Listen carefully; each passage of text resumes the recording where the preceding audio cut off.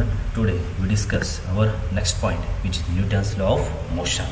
आता यादीचा हे ग्राफिकल पार्ट आहे ना, velocity versus time graph, displacement versus time graph किंवा ॲक्सेलरेशन वर्सेस टाइम ग्राफ आणि त्यावरून न्यूटन्स इक्वेशन. बरोबर, तो पार्ट आपण ज्यावेळेस क्लासमध्ये रेग्युलर शेड्यूल स्टार्ट होईल त्याच वेळेस घेऊया, कारण ग्राफ तुम्हाला डिरेक्टली असं सांगणं पॉसिबल नाही आहे. ठीक आहे, जर पॉसिबल झालं तर यानंतर मी तो पार्ट शिकवेलच, पण त्याआधी महत्त्वाचा पार्ट आपण बघूया न्यूटन्स लॉ ऑफ मोशन. जर एखादा पार्टिकल मोशनमध्ये असेल तर काय कंडिशन असायला पाहिजे, बरोबर, सँक्शन कंडिशन ज्याला म्हणतो ना, रूल्स काय असायला पाहिजे, किंवा आत्तापर्यंत जे काही ऑब्झर्वेशन केलं त्या ऑब्झर्वेशननुसार न्यूटन्सला जे काही स्टडी केल्यानंतर जे काही कन्क्लुजन मिळाले ते कन्क्लुजन त्याने 3 वेगवेगळ्या पद्धतीत मांडले आणि त्या 3 वेगवेगळ्या पद्धतीलाच काय म्हटलेलं आहे, Newton's laws of motion. Okay, मग फर्स्ट लॉ बघूया आपण, Newton's first law of motion. काय सांगतोय Newton's first law of motion? Statement, an object continues to remain at rest or in a state of uniform motion along a straight lines unless and until external unbalanced force acts on it. याचा अर्थ काय बरं? Suppose एखादी वस्तू आपण एका ठिकाणी ठेवली स्थिर अवस्थेत, म्हणजे कशी रेस्टला, तर ती ॲटोमॅटिकली मूव्ह होणार आहे का? नाही, होऊ शकत नाही. किंवा एखादी ऑब्जेक्ट मोशनमध्ये असेल, बरोबर, आणि तिथे कुठलाही फ्रिक्शन फोर्स नसेल तर तो ऑब्जेक्ट कंटिन्यू कशामध्ये राहणार आहे? मोशनमध्येच राहणार आहे. ॲटोमॅटिकली तो थांबेल का? नाही. सपोज मुव्हिंग कार असेल, तिला थांबवायचं असेल तर आपण काय अप्लाइड करतो? ब्रेक. म्हणजे काय अप्लाइड करतो आपण?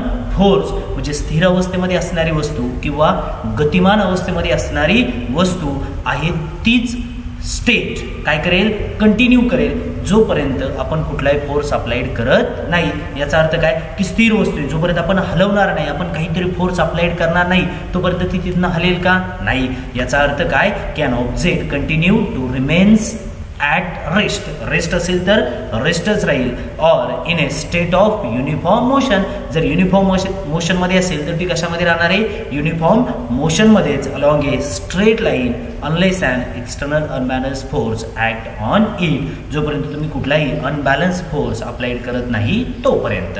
आता इथे एक नवीन शब्द आलाय, काय? अनबॅलन्स. आता बॅलन्स फोर्स आणि अनबॅलन्स फोर्स काय बरं, रस्सीखेचचा खेळ असतो बघा. दोन्ही बाजूने जर सारखाच फोर्स अप्लाइड केला तर ती दोरी इकडे किंवा तिकडे जाईल का? नाही. त्या टाईपचा जो फोर्स असतो त्याला काय म्हणतो आपण? Balance force. आणि अनबॅलन्स फोर्स काय की सपोज एका बाजूने खूप जास्त ताकद वापरत असेल, एक बाजूने कमी वापरत असेल, जिकडनं ताकद जास्त असेल तिकडे ती दोरी जाते. याचा अर्थ काय की तिथे असणारा फोर्स दोन्ही बाजूने सारखा आहे का? नाही. म्हणजे कसा झाला?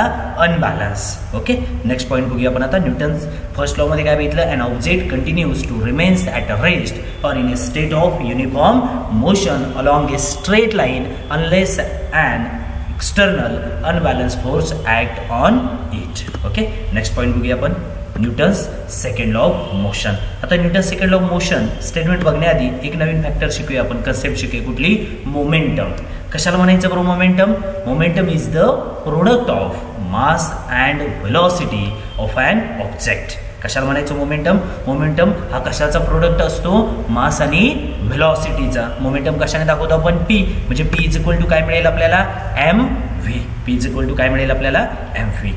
Therefore, स्टेटमेंट बघूया आता. Newton second law of motion काय स्टेटमेंट आहे? The rate of change of momentum is proportional to applied force and the change of momentum occurs in the direction of the force. ठीक आहे, जो काही rate of change of म्हणजे पर टाईमनुसार जो काही मोमेंटम असणार आहे, मोमेंटम म्हणजे काय? Mass into velocity. जो काही चेंज होणार आहे तो कशावरती डिपेंड असेल? Is proportional to the applied force. Applied केलेला फोर्स कुठला? External unbalanced force. त्या फोर्सवरती कसा असेल? तो डिपेंड असेल. आणि त्याची डिरेक्शन कशी असेल? Change of momentum occurs in the direction of force. ज्या डिरेक्शनला फोर्स असेल त्याच डिरेक्शनला काय मिळेल आपल्याला? व्हेलॉसिटी. म्हणजे काय मिळेल? Momentum. Okay, therefore suppose an object of mass M has an initial velocity. Suppose एखादा ऑब्जेक्ट आहे, त्याचा मास किती घेऊया आपण? एम घेऊया. मोशनमध्ये जाण्याआधीची त्याची व्हेलॉसिटी किती आहे? Small you. इनिशियल व्हेलॉसिटी कशाने दाखवतो आपण? स्मॉल यू ने. व्हेन फोर्स एफ इतका फोर्स आपण अप्लाइड केल्यानंतर तो ऑब्जेक्ट कशामध्ये येणार आहे? मोशनमध्ये. आणि टी इतक्या टायमानंतर त्याची फायनल व्हेलॉसिटी किती असेल? व्ही इतकी असेल. When and force capital F is applied in the direction of its velocity for a time t, its final velocity become v. Okay, therefore तर इनिशियल मोमेंटम, आता मोमेंटम दोन टाईपचे असणार कारण दोन वेलोसिटी आहे, इनिशियल वेलोसिटी आणि काय फायनल वेलोसिटी. म्हणजे मोमेंटम पण किती असायला पाहिजे दोन, इनिशियल मोमेंटम आणि काय फायनल मोमेंटम. मग इनिशियल मोमेंटम काय असेल मास इंटू वेलोसिटी, वेलोसिटी काय initial velocity u, final momentum काय असेल m इंटू v कारण फायनल वेलोसिटी काय v. आता काय कॅल्क्युलेट करायचं आपल्याला स्टेटमेंट मधला बघा पहिला पार्ट काय होता the rate of change of momentum, तो फॅक्टर आपण कॅल्क्युलेट करूया. Rate of change of momentum म्हणजेच काय चेंज इन मोमेंटम, रेट आलाय म्हणजे पर युनिट काय घ्यायचं टाइम, म्हणजे change in momentum upon time. आता चेंज इन मोमेंटम कुठलाही चेंज आपण कसा फाइंड आउट करतो बरं फायनल मायनस इनिशियल. मग चेंज इन मोमेंटम पण कसा कॅल्क्युलेट करणार final momentum minus initial momentum. Therefore rate of change of momentum is equal to final momentum minus initial momentum upon time T. मग value put out करूया. Final momentum काय mv, initial momentum काय mu. Therefore rate of change of momentum is equal to mv minus mu आणि time किती दिला आपल्याला small T. Okay next therefore mv minus mu दोघांमधनं काय कॉमन निघेल m कॉमन निघेल बरोबर. मग काय rate of change of momentum is equal to m in bracket v minus u upon t. आता ब्रॅकेट केअरफुली बघा बरं, v minus u final velocity minus initial velocity upon time, कशाचा formula आहे acceleration, कशाचा फॉर्म्युला आहे acceleration. Therefore v minus u upon T ऐवजी काय put out करणार आपण a ॲक्सेलरेशन. ठीक आहे. Therefore rate of change of momentum is equal to m a कशाऐवजी आला v minus u upon t. Therefore, according to Newton's law of motion, Newton's law of motion काय सांगतोय rate of change of momentum is proportional to applied force आणि applied force काय F. Rate of change of momentum काय मिळालं आपल्याला ma. Therefore, ma is proportional to F.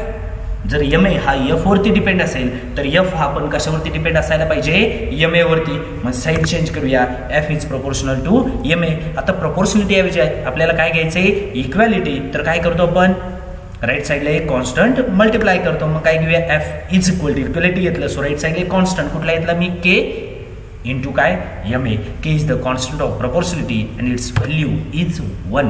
k ची value नेहमी किती घेतो आपण 1. मग 1 व्हॅल्यू पुट आउट केली तर फॉर्म्युला काय मिळेल f is equal to ma. This is the formula for Newton second law of motion. Okay. मग फोर्स कशामध्ये मेजर करतो in SI system, force is measured in newton. Okay. आता पुढचं एक छोटीच डेफिनेशन खूप साऱ्या वेळेस विचारली जाते 1 न्यूटन कशाला म्हणायचं मग काय डेफिनेशन करणार फोर्स. न्यूटन कशाचं युनिट आहे force. The force necessary to cause an acceleration of 1 meter per second square is an object of mass 1 kg is called 1 Newton. इतका फोर्स की ज्या फोर्समुळे काय 1 किलोग्रॅम मास असणाऱ्या ऑब्जेक्टमध्ये किती ॲक्सेलरेशन घडलं पाहिजे 1 मीटर पर सेकंड स्क्वेअर. तो जो काही फोर्स असेल तो फोर्स किती असेल 1 न्यूटन. बघा परत सांगतोय 1 किलोग्रॅम इतकं मास असणाऱ्या ऑब्जेक्टमध्ये किती acceleration 1 metre per second square इतकं ॲक्सेलरेशन घडण्यासाठी गरजेचा असणारा फोर्स म्हणजेच काय 1 newton. Okay. Next and last law which is Newton's third law of motion. आता Newton's third law of motion काय सपोज आपण एखाद्या ऑब्जेक्टवरती जोरात हात आदळला, जेवढा फोर्सने हात आपण त्या ऑब्जेक्टवरती आदळणार आहे तेवढाच फोर्स तो ऑब्जेक्ट आपल्या हातावरती पण काय करतो फोर्स अप्लाइड करतो. याचाच अर्थ काय आपण अप्लाइड केलेला फोर्स म्हणजे काय ॲक्शन फोर्स, तेवढाच रिॲक्शन फोर्स आपल्यावरती काय होतो अप्लाइड होतो. म्हणजेच काय action force is equal to reaction force. आधी कुठला ॲक्शन नंतर कुठला रिॲक्शन म्हणजे कसे simultaneously. Therefore, statement every action force has an equal and opposite reaction force which acts simultaneously. दोनच्या डिरेक्शन सारखी असणार आहे का. इकडनं ॲक्शन फोर्स इकडनं कुठला रिॲक्शन फोर्स बरोबर ना. हा झाला ॲक्शन फोर्स तेवढाच काय असेल रिॲक्शन फोर्स पण दोघांची डिरेक्शन कशी असेल अपोजिट. म्हणून काय म्हटलंय equal and opposite reaction force which acts simultaneously. आधी कुठला ॲक्शन नंतर कुठला रिॲक्शन दोन्ही कसे equal but opposite in direction. Okay.